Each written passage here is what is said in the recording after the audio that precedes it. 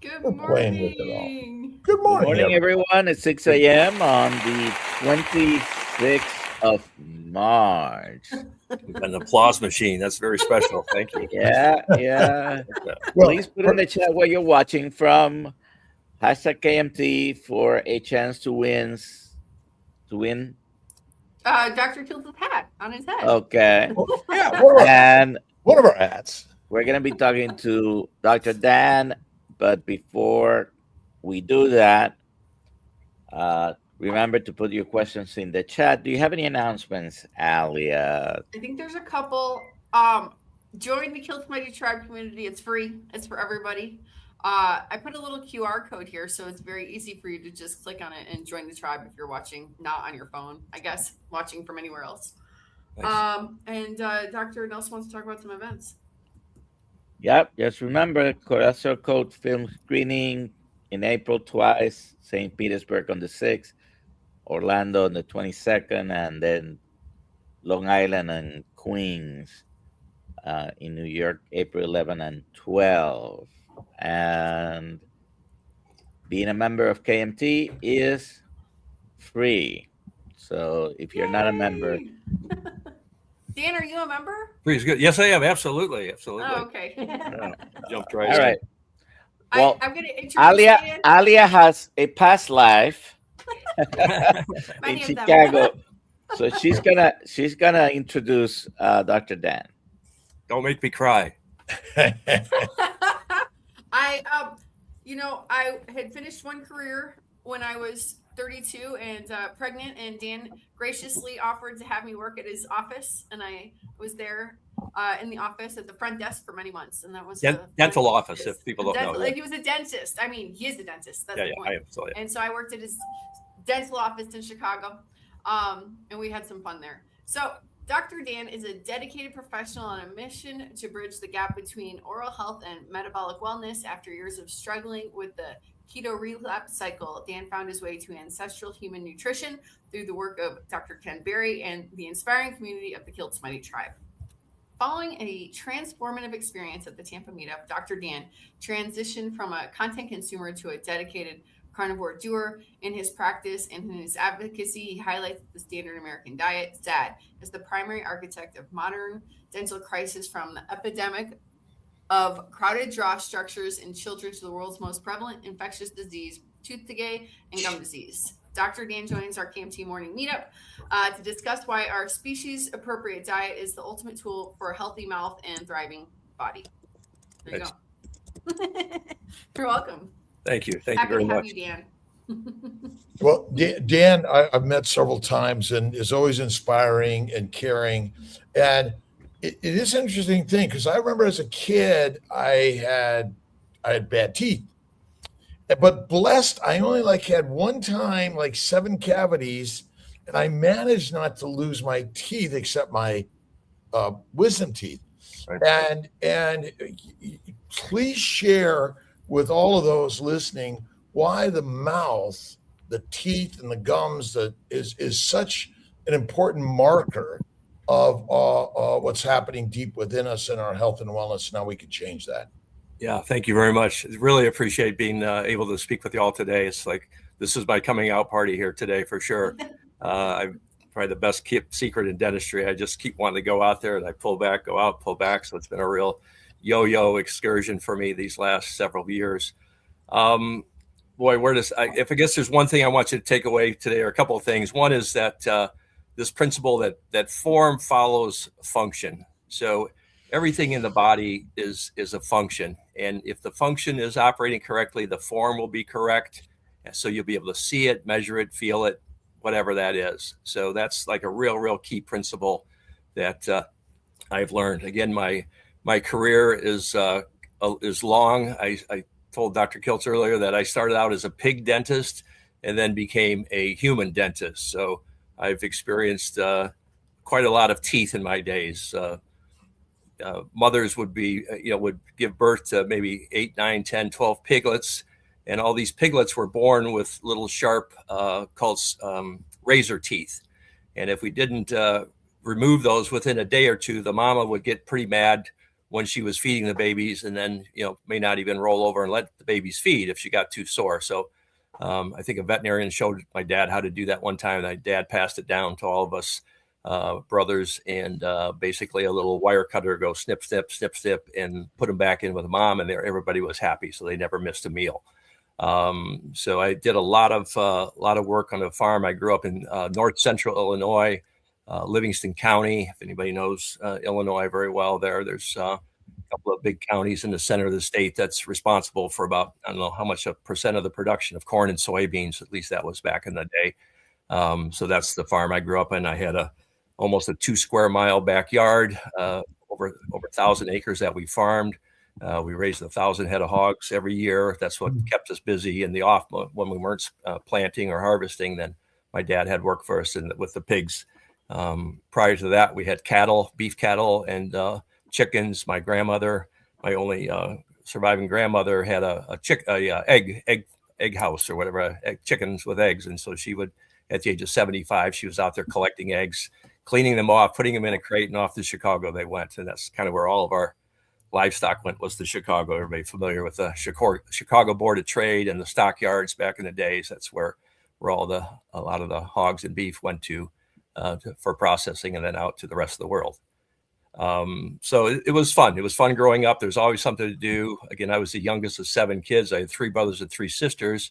So when my oldest brother started leaving the house, he went to University of Illinois, lasted 1 semester at college, and then dropped out. So then the Army got him very quickly back in the early 60s when Vietnam was ramping up. So he did a 2-year term with the Army. Luckily, he wound up in California. Never had to get shipped off to Vietnam, but he did a military service there. Dr. Kiltz and I are just months apart in age. So he celebrated his 70th. Mine's coming up in July. So we're very much, going into that. Young.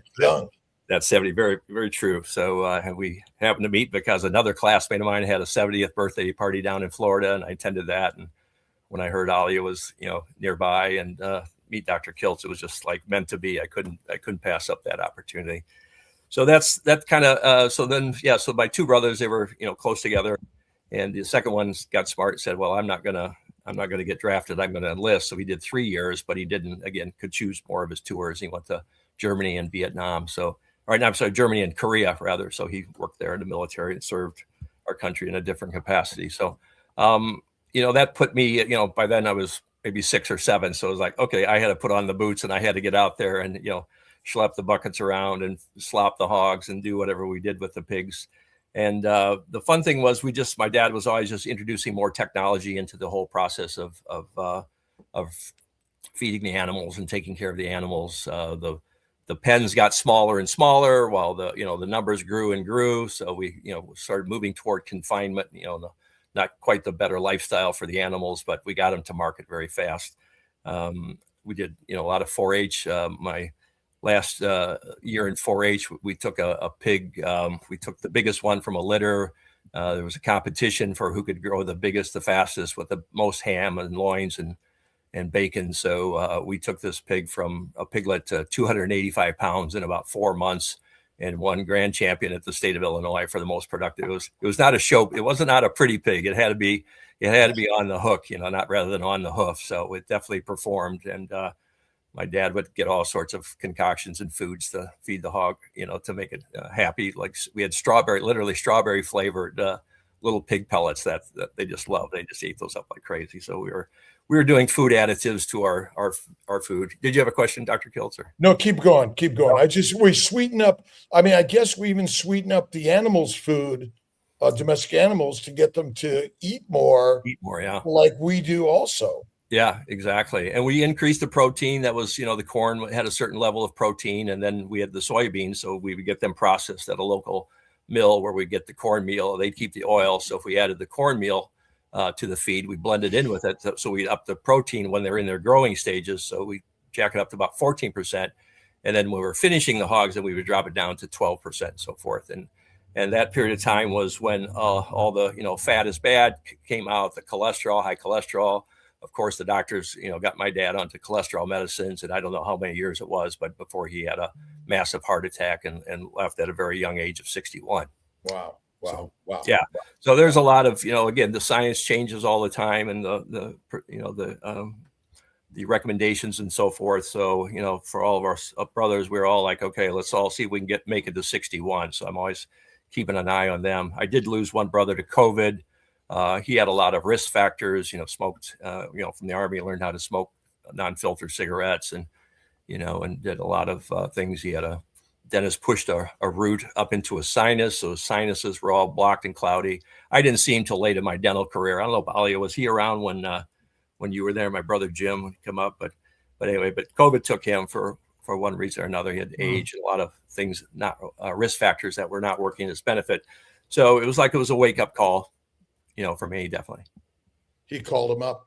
Time for him. Yeah. Yep, and I hear a little knocking now. I found out I had a deep vein thrombosis in my left leg. I took a 29-hour pickup truck ride from center of Montana to Chicago, helping a guy move there. And, he wouldn't stop. We wouldn't take, we took bathroom breaks, but it's just like, please, let's get a bed. Let me lay down, for a little bit, because my leg was killing me and I couldn't.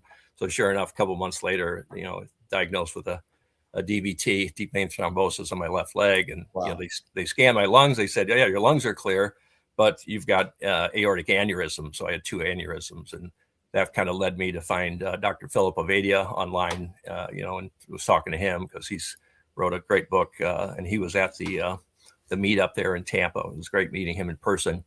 And so I've got another scan in May, and I'm just crossing my fingers and praying that that this diet will kind of slow that progression down. It's been measured many times, and it's like getting to the point where they're sharpening. The surgeons are sharpening their knives and starting their chainsaws. So they want to cut my chest open, and that's prevention. That's a preventive procedure to put in a new aorta. So it's like, imagine what the actual cure would be. So that's a little scary right now, and I've got that working for me. But I that's where I'm at kind of now with my health challenge, and keto was something I first looked at, and I had some good success. I'd roller coaster a bit, and I've always had a sweet tooth, like Dr. Kiltz. It was just sugar was everywhere growing up. My mother even had a candy drawer. We called it the candy drawer in one of the chests, where she would buy all these penny candies or nickel candies from the 5 and dime in the county seat of Pontiac, Illinois there, and would bring them back and throw them in there. And I was just, we just sitting there watching TV. That's when the cartoons were on, and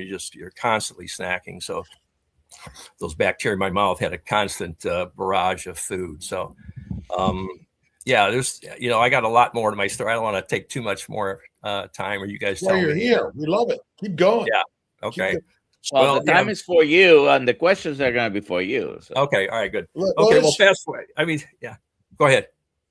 Oh, well, I mean, ultimately, all of us have grown up in pretty much the same environment. And I mean, I guess your parents, my parents, they came through the war. They many of them were born in or around the Great Depression, and came from places of the world with war and famine and many other problems. I mean, it wasn't. In some way, I wonder if, again, we're blaming something for all of this, but we also don't understand the circumstances that all of us sort of came from. Right.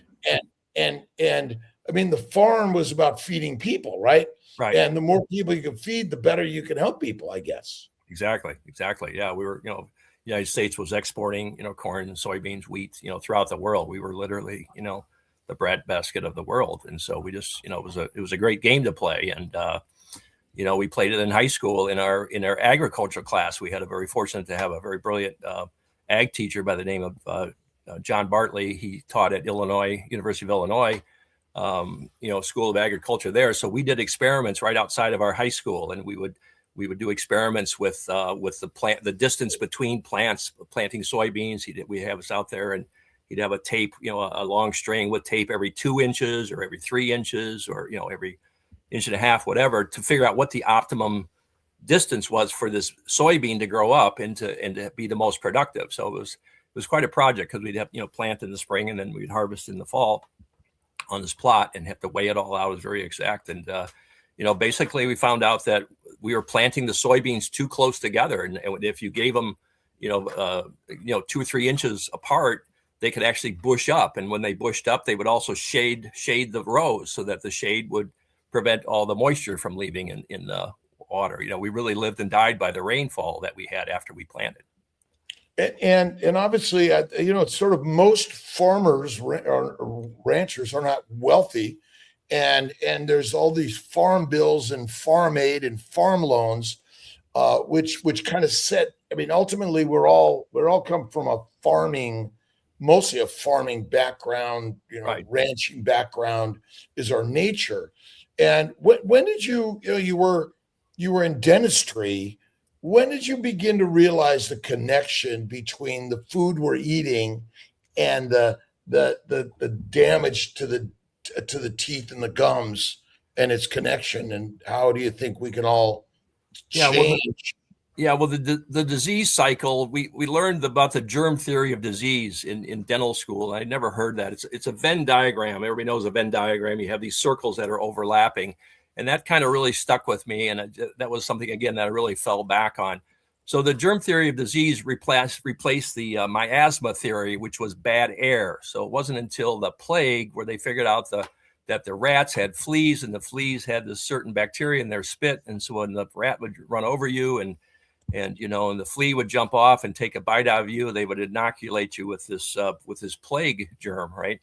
And so it was just the fact that somebody started to observe that, and they had the power of a microscope with them. So the microscope was, you know, what a great invention that was for medicine, to be able to see these microbes like never before. And actually growing up, that was one of my Christmas presents was a microscope. And it was just fascinating because I, you know, put some pond water or something and looked at it. It's like, it was just, everything was swimming. It was like, oh my God, it just opened up a whole new world. I just couldn't imagine. And so, you know, between that and a chemistry set that I got, I was just like, oh boy, this is going to be fun, you know. And I went to undergraduate at Loyola University in Chicago. So I left the farm, you know, went 2 hours north, and, you know, it was a big, you know, big deal to leave the farm. And, you know, I was the last child. My mother and I had a little moment there as I left, but, you know, it's like, hey, I'm going off, you know, to see the world. And I did. But it was just being able to observe. That's what I learned as a you know, farm kid. It was just like, you know, look for things. Look is your greatest tool that you have. You know, look, don't listen, kind of a thing. You know, you got, you know, two eyes and you know, one mouth. So definitely be looking and listening more than you're speaking. Does the diet that we've been consuming for, you know, generations, essentially, and we could probably go back 1,000 years in the same thing, does that diet feed the microbes that may ultimately be the biggest cause of all disease, the germ theory, and it's really as simple as that? But the carnivore diet, because it should be high in fat, it suppresses the microbes. Right. And that really was made clear to me at your talk at the meetup. You had so many wonderful speakers from all different, you know, walks of life and so forth. So it really made sense to me, or put all the things that I've seen and observed before. And then you put all these pieces together as a big jigsaw puzzle and said, yeah, fat doesn't spoil for the most part. You know, you can leave your butter out on the table, whatever, and it's always nice and soft and spreadable. So it made total sense. But and I knew that it was the germs that were affecting, you know, that's the germ theory of disease, is the germs that are causing this. And there's one particular one for tooth decay, which is called Streptococcus mutans. Not like it needs a name, but it wasn't until, you know, we actually identified what the main bacteria was. A lot of you probably have heard of Weston Price. He was a dentist a long time ago, and went to Africa and discovered, you know, that people that had a tough meat diet, whatever, their jaws were growing wider and longer and farther down, and they had tremendous air capacity, right? Look, they would come over and win all the marathons in the United States from Ethiopia because they could breathe. They had complete open airways. So I kind of developed an A, B, a C approach to dentistry, which is airway is king. Airway is number one. If you don't have the airway fully developed, you're going to have all these other hosts. There goes down your host susceptibility right there. That's that first triangle or first circle. You have to have the airway. B is for bacteria. You know, you got to control those bugs. You got to control those microbiome. You know, growing up on the farm, we had to do a lot of shoveling, a lot of manure hauling, and a lot of constantly to keep these pens clean so that the pigs would do what they're supposed to do, which was eat and grow and poop, so we had to handle the poop all the time. And it's the same way in the mouth. You have bacteria in there, they're eating, they're growing, they're doubling, and they're pooping. So if you're not controlling it with your hygiene, then you don't really stand a chance. It wasn't until late in my career, I was always planting dental offices, with chairs or dental chairs are the seeds, if you will, for a dental office. So, within a year of graduating, I was in practice for myself. I'd lost my dad a little bit a year before, but I just started, popping up these dental offices, and, one would grow, one wouldn't grow so fast. So then I would go over there and farm that one, and it really grew. And so I would have hygienists working for me. And it wasn't until late in life that I had to do my own hygiene. I was doing actually, half the dentists do their own hygiene, half of them, hire hygienists to do that. Mm-hmm.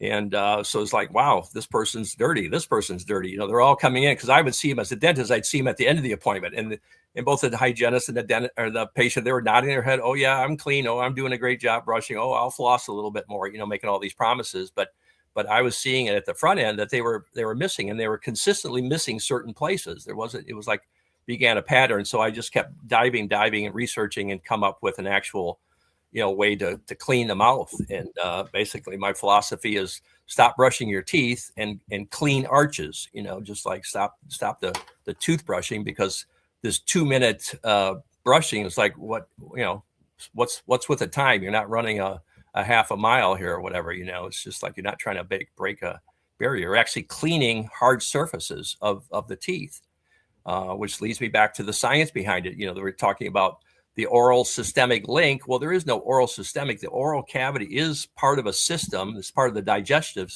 system of the body. You only chew about 5% or 2.5% of your day is spent in chewing. So what's the mouth doing the rest of the time? Well, it's becoming the integumentary system, and everybody doesn't have a clue what integument means or integumentary. So Alia's shaking her head. It's like we learned it one time, but then we forgot it. What do you mean by that? What is that? Integumentary? Yeah. Well, it comes from the word integument, which is the tough outer coating of a plant, seed, or animal. So it's like, so do we have tough outer coatings? We're an animal, yeah. We've got skin, we've got hair, we've got fingernails. And guess what? We have enamel, just the enamel, okay? Tooth enamel and the gums that surround it. So this is a whole barrier. You have this whole system, integumentary system, devoted to maintaining a constant environment for you to live in. What is it made of?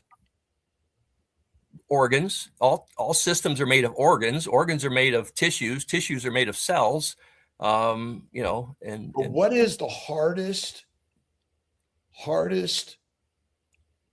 What is the hardest material? Natural material made? Yeah, exactly. Tooth enamel. Yeah, but think of the organisms.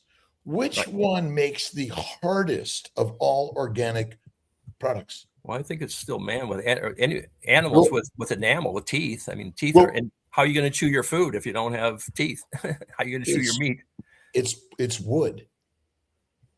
Wood. Plants.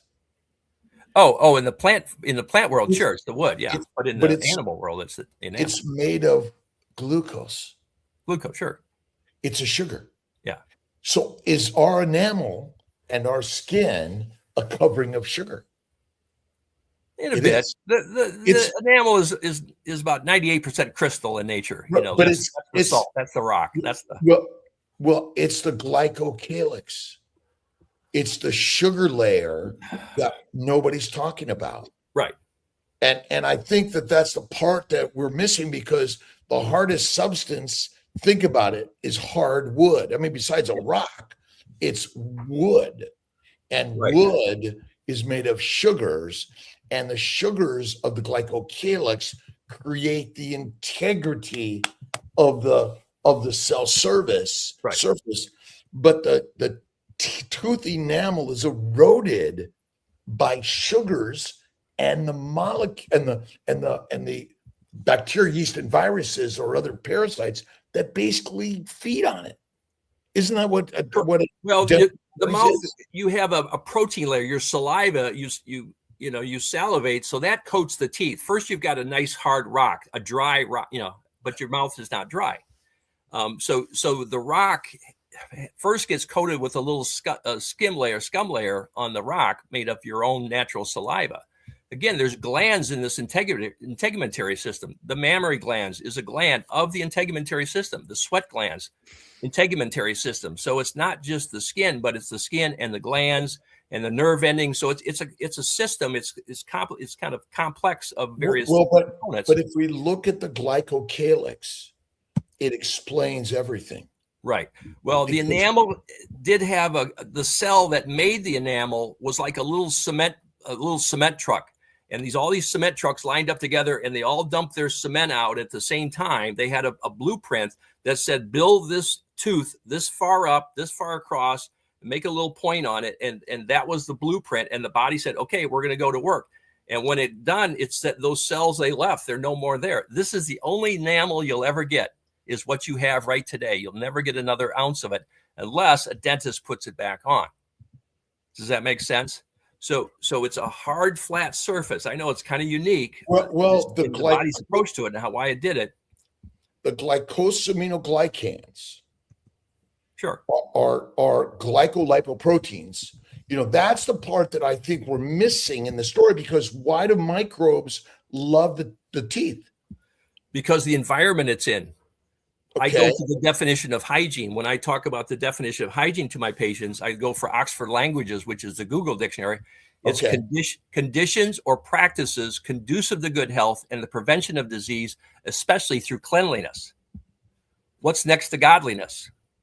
Cleanliness. Cleanliness is next to godliness. Although what are the conditions of the mouth? What are the conditions of the mouth? It's warm, it's wet, it's dark, it's crowded, and about 2,000 pounds of food and liquid go through that every year. Yeah, that's the environment. That's what's unhealthy, is the conditions, and you doing your own personal hygiene have to get those conditions correctly. That's the second thing. Your practices. What are your practices? Are you having a Coca-Cola all day long? Are you putting 10 teaspoons of sugar in your? I'm not saying you're wrong with with this layer of every cell, every living cell. But these living cells that made this, they're long gone. They left town, and they said, "Here's what you got, guy. Enjoy it for the rest of your life." Well, interesting, but that's why what material is the strongest organic material? It's wood. Well, true. Yeah. It's the sugars that we are not talking about in this. We talk about proteins, but all proteins are post-translationally modified to give it its true function and structure. But I want to get back to so would you say, okay, so Coke and cereals and candy and even protein, lean meat, which is fermentable, are we just eating the wrong diet? Oh, absolutely. In order to maintain our healthy mouth? Yes, absolutely. You'll probably, but hopefully you're still alive by the time you finally get it right. That's the whole thing. And that's the same way with teeth. Hopefully by the time you live long enough that you'll actually get how to take care of your own teeth correctly. Someone like myself will sit down with you one-on-one. I sit right next to the patient. I have, my arm around their head. No, it's not that bad, but I've got their attention. When I put that mirror in their hand and I got my 4-power loops and I'm looking down in their mouth and I plaque disclose them, Dr. Kiltz. I put this dye. It's used in training for hygienists and dentists, but then we stop using it. We got to train the patient. We don't have to train ourselves. We got to train the patient. And that's the second definition of hygiene. Merriam-Webster says it's a science of the establishment and maintenance of health. So so how do you establish somebody? How did you establish Alia to be your person? How did I establish her? I had to give her the purpose of what she was supposed to do. Here's why you're doing it. Here's what you're supposed to do. I had to give her a write-up of all the things. Here's how you answer the phone. Here's how you make an appointment, right? All the write-up. And then I gave her a statistic to measure her productivity, right? So you can have that same process when I'm teaching a person. It's just like, look, here's the purpose. It's to remove plaque from every surface of every tooth once a day. Okay. Clean teeth don't get cavities. Clean teeth, clean enamel doesn't get gum disease because that seal, look at your own fingernails. You got a hard substance growing out of a skin layer. And if it's clean, it's not gonna have an infected nail bed. If you go to a manicurist, they jab around and and then you go out and work in the garden. Yeah, you'll probably have some infected nails, but you're not going to do that if somebody uses science to establish you and maintain your health. And that's where hygiene is missing that first half. They want to do all the maintenance. Oh, come in for your 6 months. Oh, it's time for your checkup. Time. And then the dentist can say, oh, well, let's fix this or let's fix that or let's get this. We've been watching this for a while. So now we have this whole profession that is just uninformed. I started research when I finally figured this all out. I was like, oh my God, this was, right around the time then my second wife passed away from cancer. It's like, holy crap. We were going to go and do some stuff with this information. So I had a friend that said, look at the teaching standards. When is this supposed to be taught? And so I started Googling teaching standards. There's the Health Education Curriculum Analysis Tool. Health Education, 2006 was the first time 25 doctors came together and said, what things are we supposed to be teaching these kids in school, K through 12, right? That's where we've got a captive audience and we've got to teach them some health science. So they came up with a plan of 25 doctors. How many dentists? 0. No dentists in the crowd, but they thought, oh, you probably should brush your teeth. So we'll throw that into the mix of healthcare standards for teaching health. But it's taught in K through 2, and the kid can barely read at that age. And then you're going to start giving him all these complex things. Plus, he doesn't have a brush. I mean, it doesn't have a brush at the school. It doesn't have a sink to stand in front of. So then you try to get the mom engaged. The moms care. They care a lot, But then how do you do this whole education component? So that's where my real focus is. If I can start at the 6-year-olds and work forward, and I've got one that hit that mark already. I got more grandchildren on the way behind her. I've got 5 and whatever, but they're all going to come through that age. And already my granddaughter had 2 cavities in her baby teeth. It's like, well, they're practice teeth, but still, you need to have that healthy. But it's snacks. You're right. It's carbs. It's snacks. That's all these kids do all day long. Time for a snack. We have a lot of questions for Dr. Dan. I bet. I know. I better. Like I say, I could go on. I could, give me another hour. I'll be back. But it's amazing. This is not really a question. It kind of is, Rick. Am I the only one who's not been to a dentist in 40 years? That's very possible. I have no problem with that. I had a patient that would come in. I said, "Oh, you're so clean. Don't come back for a year." And I'd come back in a year, and it's like, let's go for 18 months. Let's go for 2 years. If you've got nothing in your mouth that's going to erode and rot and ferment, like Dr. Kiltz says, you got enough fat. There's no problems. I went to the dentist. I missed this whole message myself. I'm growing up, household of 9, we had maybe 4 or 5 toothbrushes in our medicine cabinet. And if I used one of my sister's toothbrushes, they were sitting on top of me and spitting on me. Well, I better cut that from there because if they listen to this, but they know they did it. They know they tortured me. They know they tortured me. All my sisters are wonderful. I love them all. They're all nurses. They all went into the health, the health profession. But it just, anyway, there's so much, and I'm working on this. Like I said, I've got this Clean Teeth Academy. I'm putting it all down so that moms can teach, hygienists, people can just plug in this thing and get this information in a short, little bite-sized pieces, no pun intended, so that they can actually, learn it, do it, and so forth, and hopefully come out with a better. But no, 40 years, I don't have a problem with that, not going to the dentist. Dr. Kiltz, why we're losing our teeth. Lack of growth development. Again, small jaws. The jaws didn't grow and didn't work. So you got 32. Like, where are we going to put them? There's no more room. Put them in the back. They're the last ones in. So last guy in, has a hard time. So does the plant-based diet cause the inflammation that damages the connective tissue? Yeah, it fuels the joints. Which essentially is our problem. It's the poison substance of the plant sugars, protein-centric, low animal fat. I mean, basically, there's no animal fat in the majority of our diets because the majority of our diets are made of plants, plant seed oils, and lean meat, chicken, fish, it's all, nobody takes the whole animal and eats the whole animal. Right. They cut away the fat because the farmer, the rancher, is incentivized based on the system that actually wants fat out.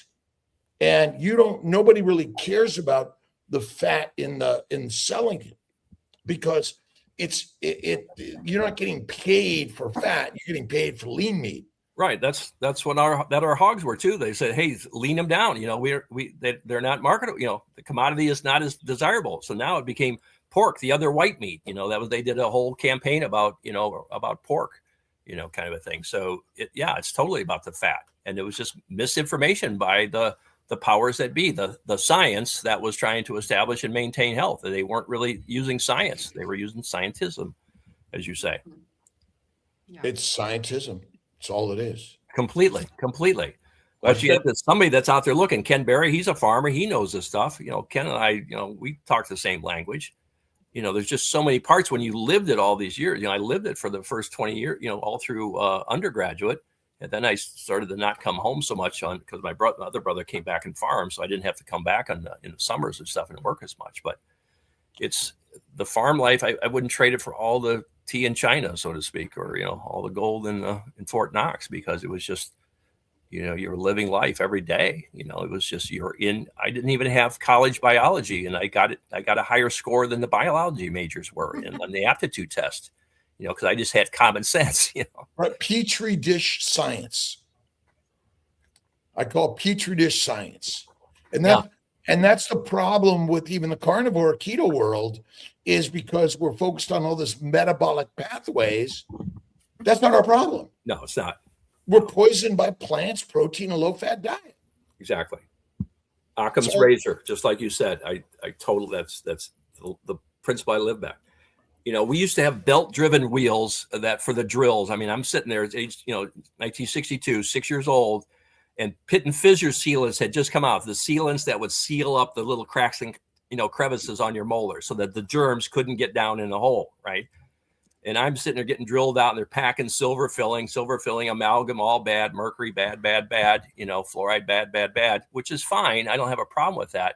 But the technology just couldn't get caught up fast enough and disseminated throughout the community. I mean, I'm in a little farm town, with this dentist. So how am I going to hear about what could be done, until I, get to school?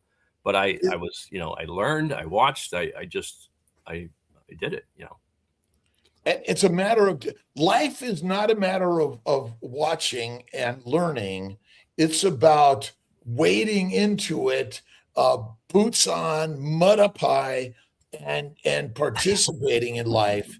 Because when you're watching and you're thinking, and then you're learning scientism, then you come out. I always love all these experts in all of our worlds where we come out with the science says this. I mean, is science really maybe a lot of propaganda, and we just got to get back to our ancient roots as a rancher, a farmer, a hunter, a helper? People are going too far too fast. They're trying to launch off of an aircraft carrier, right? Where they should have a little longer runway and they should have a little lighter airplane and just, take off a little bit slower, because the skill, you don't quite need as much skill to, take off at a nice flat runway and a gentle breeze or whatever. So, but because there's so much information out there, they just get flooded with information, and they're just trying to grab a little nugget here, a nugget there, and they're not putting it all together. They're just not putting it into an actual, what am I going to do about it? Now with this movement, carnivore movement, what you're going to do. You're going to eat animal. You're not going to stop eating plants. That's pretty simple. And that when you do go back to the plant world, it could have some repercussions. So that's pretty simple. That's a on-off switch right there, a black and white thing. The gray area is the processing. When you process food, cook it, chemicalize it, whatever you do with it, shred it, whatever. You have a question here? Yeah. Van Dan, can gum recession be reversed? Just as easy as receding hairlines can be. Yeah, if you really want it to come back, it can. It's hard. It's kind of like trying to swim upriver. It's not the easiest route. The skin will attach to your teeth, your roots. The skin that's the integument of it. That's the integrity, is where the skin is fully grabbed onto the root surface. And every year, or every 10 years, you might lose 2 millimeters, and then 2 millimeters, and 2 more millimeters, and 2 more millimeters, until this tooth is so loose it falls out. That's why they're going around with that little ruler. They call off numbers. The hygienist wants to poke around and call off numbers. That just a little bit of an indication what's going on internally. But again, if they're bleeding, that means the bugs are eating through the skin. They've eaten through the skin layer, and they're going in. They're going in for wherever. They're going in looking for a blood vessel to swim up to the brain, or swim to the heart, or swim wherever they want to go with these bacteria. Leaky gut, leaky mouth, same thing. Glycocalyx is damaged. The charge changes on the epithelial integument, Oh, absolutely. and the microbes invade. It's really a simple physics problem. Yeah. It's the piezoelectric effect. You take a crystal and you bend it, and you can create electricity. You put electricity through a crystal, and you can also bend the crystal. So that's the effect, the piezo effect. And we even turn it into a dental tool to clean your teeth. It's a wonderful tool because it vibrates like, like crazy.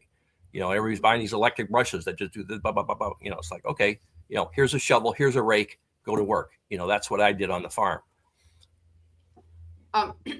Dan, should a root canal teeth be removed? That's such an individual individual person, because again, we're talking about treating diseases, so you have to evaluate. You have to have a professional evaluation. Does the fact that you have a root canal, now introduce bacteria deeper into your body? If the kid breaks off his front tooth from the baseball bat, the nerve is completely alive. We can amputate it, close it off up at the root. It's about the size of a pinhole where it goes through. It's all sterile. It's all sealed up. There's never been a germ crawl into that center of the tooth. I'd say don't pull it.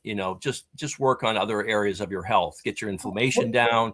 Get your diet correct with the keto. With the carnivore diet. And again, it's a bacalancing act. It's all a balancing act. It's these circles. A susceptible host. Are you being more and more susceptible as you age and destroy this? Are you controlling the bacteria? Is there bad bugs? Is another one. And then the third circle is sufficient quantity to precipitate out a disease. Again, a lot of science talk. I'm sorry to have to do this, but somebody will pick it up. I'm sorry. Okay, it's good. Yeah, but that's the germ theory. I would teach the patient. I would draw circles on a piece of paper. I would put a little plastic lizard in their hand. I said, that's a bug. Okay, now close your eyes. And then I drop 2 in their hand. I go, that was 15 minutes worth of work. That germ ate, grew, and multiplied and pooped on your hand. And now it's 2. Now close your eyes. And now there's 4. Now there's 8. Now there's 16.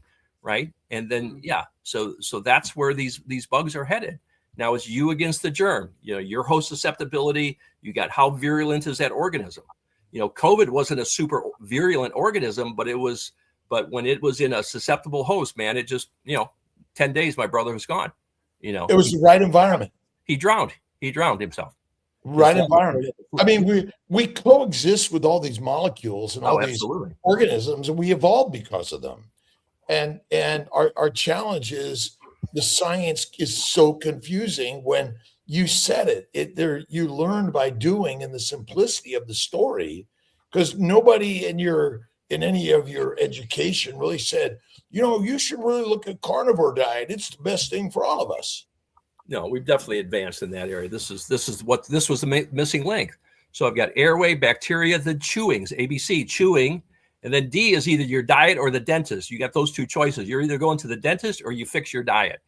And then you put it in an environment, there won't be many germs, so you don't have to worry about the bacteria. You got the airway, you're burning. Every fire needs oxygen to burn, right? You ever try to start a fire without oxygen? The movie Castaway with Tom Cruise. Oh, by the way, not Tom Cruise. What should I say? Hanks. Hanks, thank you. Tom Hanks and I have the same birth. We're born on the same day, Dr. Kiltz. Same year? The Hank. Yeah, 56. Yeah, he's our age. Yeah. He's our age. Yeah. He's our age. Young guy. Guy. Yeah, he's a young guy, the hanker. But anyway, that movie, I'll tell you, when he took that ice skate and broke his tooth, he had a bad tooth. He took that ice skate and knocked it. Man, my business went up like that. Those people that are out 40 years, they're coming into my office and say, hey, could you check my teeth? I don't want to have to take an ice skate and knock my own tooth out, if I have a toothache, whatever. But my point was, he was trying to start a fire, right? The first fire he started, when he just moved those sticks a little bit apart and then the air got through there, boom, then the thing burst on fire. So we're a carbon burning machine here. We burn carbon. That's what we're a carbon engine, right? And that's why we need this tough outer coating to keep the temperature constant. If you live in Chicago, we got some pretty good heavy duty coats, right, that we put on. But this enamel, getting back to this enamel, it's it's a hard surface. It has to be cleaned, all right, because it will deteriorate. It's the size. If you took all your coats off, your enamel coats off, all your teeth, laid them all down flat, you would be about the size of the palm of your hand. Now let's say, boy, that doesn't look like it'd be that hard to clean the palm of my hand, brush my teeth, whatever, throw a toothbrush in there, let it go to work. Guess again, that's how we make our money. That's how dentists make money, is when you miss, I win. And that's a shitty game. And I said, I'm stopped playing that. I'm done with that. And I walked away from the clinical practice of dentistry. I'm going to education. I'm going to health science education, because that's where it starts. In the junior highs, high school, college, they don't know some of these key definitions, and they're just mimicking. They're just spouting off what somebody else says. And so it's time for a change. And I'm so glad. I hope you still accept me in the tribe here and so forth. I felt so welcome there. And if I have to do the glycocalyx pledge, I'll swear to get. I promise to put glycocalyx in all of my future talks. But brother, I love you. You're the best thing that's happened to medicine. Well, I think ultimately the germ, when we use the word germs and parasites, they're all microbes, right? Yeah, it's the stuff that we evolved from. Without them, we wouldn't be here. Right. But it's sort of this, we're all introducing new ideas. Yeah. What's the benefit of fluoride? It's a harder rock. It's just the periodic table. I got a periodic table behind me. The farther down the periodic table, the harder the rock. I don't know. It's fluoride and chloride are right neighbors. So there's over 1,000 compounds that are made with fluorine. With the element, fluorine is tons of compounds, and they're used in poison. But there's a difference between a compound and an element. Sodium chloride, sodium fluoride. That's an element. That's one single little atom all by himself. He says, I want an electron. He's swimming all around saying, I just need one more electron to fill my bingo card. Where can I find it? And he lands on something, and maybe he does. You're looking at the wrong thing. I mean, if you're that scientific, then go to work at a research institute and figure out something else. But I'm saying I figured it out. It's not rocket science. It's cleanliness.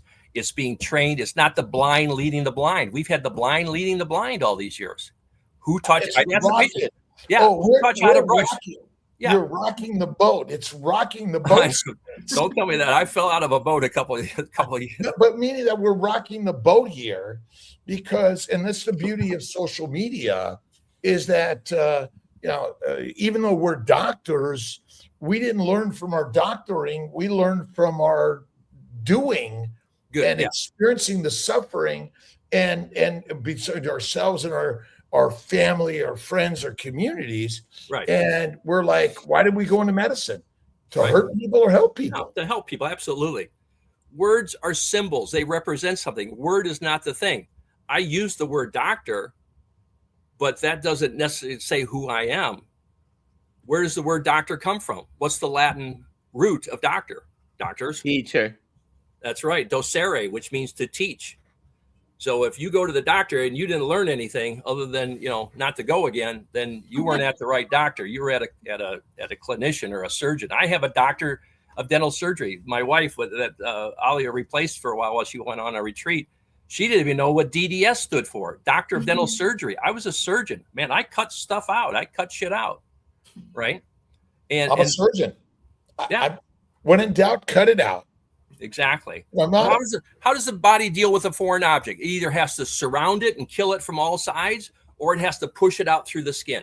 That's the way the body basically, right? Is that right? That's basically how the body heals.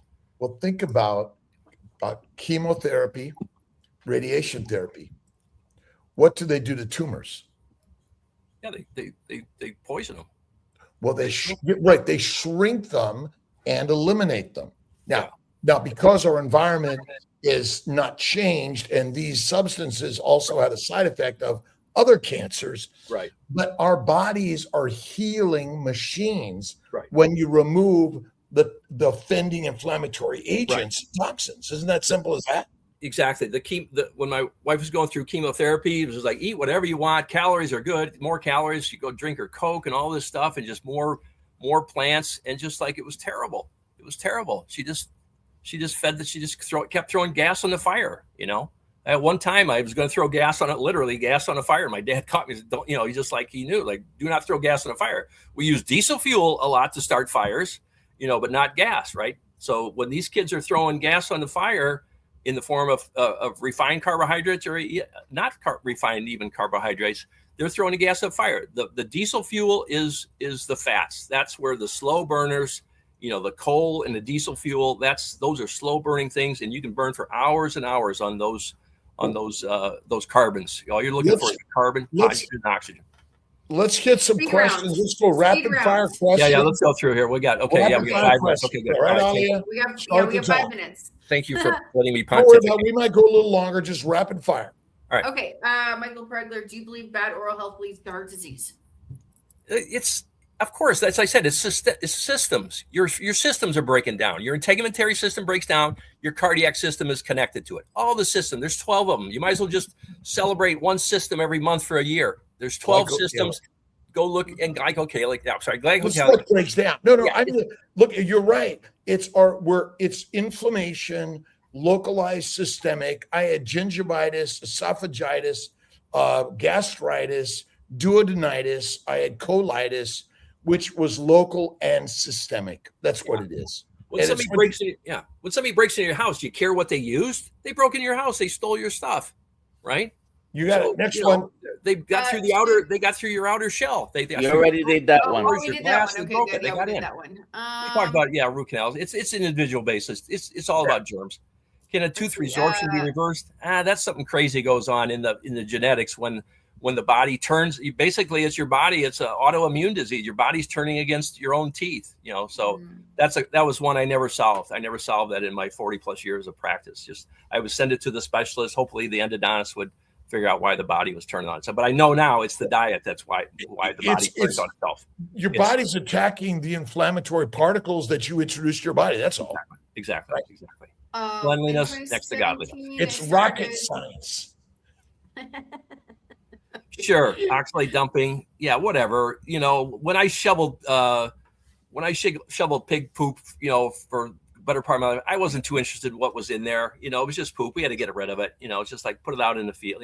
Let it recycle out there.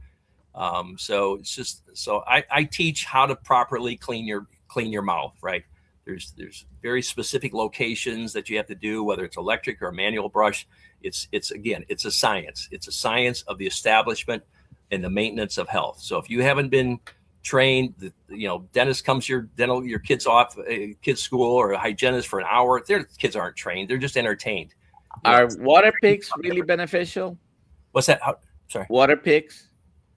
It's water picks. It's just you're just hosing down the fire.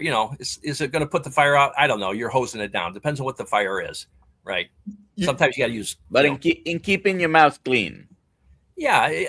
You're getting food particles. You're reducing the food particles, right away. But some are sticking someplace. So they're caught, and the bacteria already grabbed a quick bite, and they're going to be around. They're going to be happy for about 15 minutes while they grow and multiply and poop and do all that stuff. So, yeah, I mean, you should have a water pick at your breakfast. At your dinner table where everybody could just hose down and spit. Have a little bowl that you can spit at your table. Interesting process. What do you got now? Wait, how does a dentist put it? Bonding. We bond everything on. We're Bondo magic. That's what I used to do. I could, or we shave it down. We surgerize the tooth, strip off that outer enamel, and then put a false enamel on there. That's all we're doing all day long. Teeth and gums, repair or remove, and then put in new ones. That's basically, again, the definition of dentistry: treatment of diseases and other conditions, so forth. Hydroxyapatite, yeah, great. They mimic the rock. They found the chemical formula rock. You think you're going to repave a tooth that's flying around 20 miles an hour, smashing into each other, and that's going to stick? Come to Chicago and drive across the streets in the potholes. Expansion, contraction, hot, cold, freeze, thaw. These potholes pop up all the time. You put a little hydroxyapatite on it until the next truck drives across it, and then it flies out of the hole. Good luck with that. Learn how to clean all the teeth. Keep your germ count down to minimum. Have a few pets in your mouth, but don't have it a runaway jungle. Okay. Next. Another hour. We did this one. Okay. Old guy carnivore Dan, how long have you been carnivore and what do you eat in a day? Oh, steaks, and on and on. I'm a cheater more, or a treater. I don't know what we calling it when we fall on and off the wagon. I got way too much, sugar associated with, I was always on a seafood diet. I'd seafood and I'd eat it, but now it's starting to, stick to me. So I'm very grateful for Dr. Kiltz's book. I know I got it around here somewhere, and I've been working my way through that ever since the meetup. Buy that book, buy his book. It's the best. Nice. Best training manual you'll ever get. Here we go. Is rinsing with hydrogen peroxide beneficial? Absolutely. Right on the bottle, it says for, debriding agent, wound healing, it foams, it bubbles, it gets oxygen, it lifts stuff up. So if anything's kind of a little bit loose, the foam and bubble will lift it up and then float it out with so that's what I recommend at the end of the brushing or the plaque removal is kill those germs. It's definitely a germ killing effect. I guess we kind of already answered this question, but what about toothpaste hydroxy? Again, it's more marketing. It's more. Your own natural hydroxyapatite is the best you got. It's already formed. God put it in there. Hopefully, it's going to last your lifetime, or else you got to either take what you got or keep going on. Oh, thank you. Who's that? Brenda. You might have met her at the meetup. Oh, great. Such a wonderful man with a huge heart. Thank you. I got a huge heart. To go with my huge heart, I got a huge aorta. So we have to keep that thing all going. I don't know how to say this name. So how do you keep your mouth clean? Contact me. Clean Teeth Academy. Wait, don't go there yet. The website's still being built. What's my ask Dan. _Dan _the _dentist. Ask Dan the dentist _. And I'll hook you up with my technique. So Blissful. I have had an abscess for 9 years. I've been using Dr. Ellie Phillips protocol since October. I want to believe my teeth and gums can heal. Yeah, if you remove the insult, you remove the bacterial insult. Again, you either got to surround it completely or push it out. So I don't know what method is what he's working on, but an abscess is just a localized area of bacteria, and they're dead in the white blood cells. Everything's a battle. It's a battleground. It's a war zone. Is all that abscess is. Good luck. Keep going on the clues. Finish them up real quick. Okay, we got real two quick. more. Come on, real quick. Short and quick. What should I use for toothpaste? Something not super abrasive. It's just a soap. You can go to the grocery store and see 100 different laundry detergents, and you figure out what's best for you. It's the action of the bristle. It's the fact that little bristle is just ping, ping, ping. You're knocking off the bugs. They're stuck on you. You just got to get them off, right? It's like saying, what kind of mosquito spray? It's the fact that you hit the mosquito before it digs into your skin. Xylitol. Next one, Elliot. That's the last one, xylitol. Yeah, it's got some benefits over sugar, but again, you're just fooling the body. The body's still going to respond to that sweet response too, and do all sorts of chemical cascades from xylitol. So it doesn't feed the germs, but it does feed some other metabolic processes that you may or may not want. I'll leave that up to the doctor. Just hit the button, Elliot. Hit the button. Why are we talking? Sorry. Yeah, I can go on for that. Okay. No, this is good, Dan. We're coming up. Okay, I was looking at the clock the wrong way. I was thinking about hey, Super Tune. I love it. Email me, Ollie at drkiltz.com, name, address, and we will ship that off to you. So congratulations. A right way does exist. That's the message. A right way does exist to do things. There is a best practices. Just got to reach out to me. I'll be happy to, there's a best brush. There's a best technique. There's a best, but carnivore is truly the best. So fatty meat. Carnivores must eat fatty meat. Fatty meat. That is the trick. Organ meats, all of it are really amazing. And glycosaminoglycans. It's the glycocalyx we're rocking it on this, so like rocket science. Everybody look up what glyco is. Everybody look up what the word calyx means, and then put those two together, and then you got that word. It's a science word for sure. And that's how you go. If you want to go to sleep at night, and you can't sleep, just read some words you don't understand, and you'll be out like in no time. But the simplicity of the story of glycosaminoglycan. Bye, everyone. Bye.